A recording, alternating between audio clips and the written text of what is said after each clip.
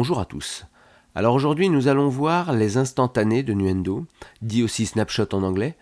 Alors ces instantanés ce sont des photos de notre table de mixage à l'instant T. Donc ce qui va nous permettre de pouvoir comparer deux mixages, version 1, version 2.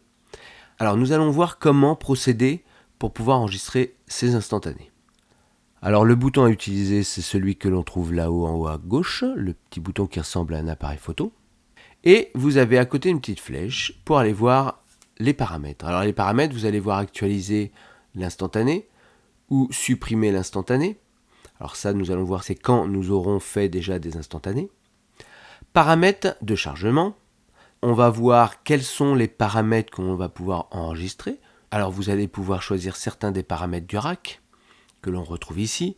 Pré, effet d'insert, EQ, channel strip, effet send, pan et volume.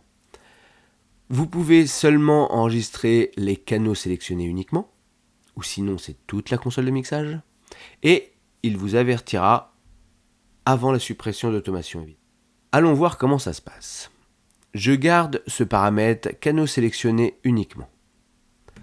Imaginons, je vais sélectionner seulement ces pistes, donc je fais un premier snapshot.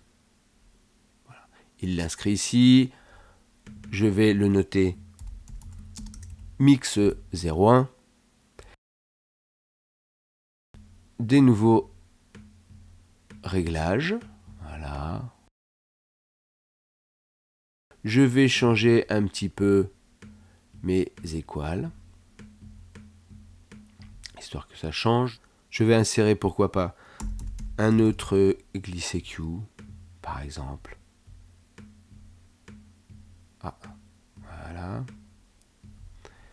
Je vais aussi aller dans le channel strip et lui mettre un compresseur.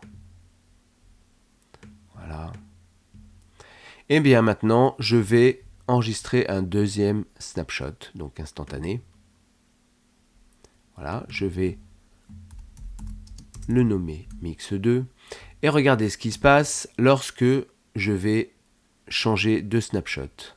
Donc il suffit d'aller sur la petite flèche ici, charger l'instantané 2 ou charger l'instantané 1. Donc évidemment je suis sur le 2, je ne vais faire que le 1. Voilà, il m'avertit par défaut s'il y a des automations, donc là, pas de souci. Et bien sûr la suppression d'insert s'il y a besoin.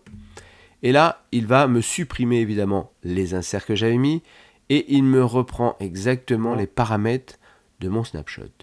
Il suffit après de faire mix 2 et on retrouve le mixage 2. Et vous allez pouvoir comparer comme ça les versions. Alors maintenant, si je veux actualiser, maintenant je prends mon 2, mon instantané 2, je lui fais un envoi d'effet ici. Ici, je fais un envoi d'effet aussi et je fais clic droit, actualiser.